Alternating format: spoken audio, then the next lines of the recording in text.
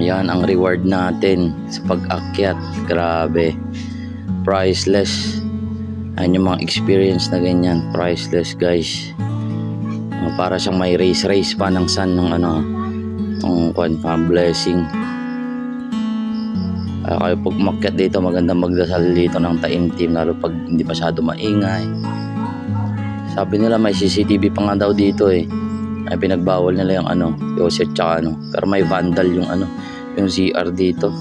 Dapat sana makita ng mga management yon, kasi binababuog na lang man sanang babuyin po yung lugar na to, kasi napakaganda talaga.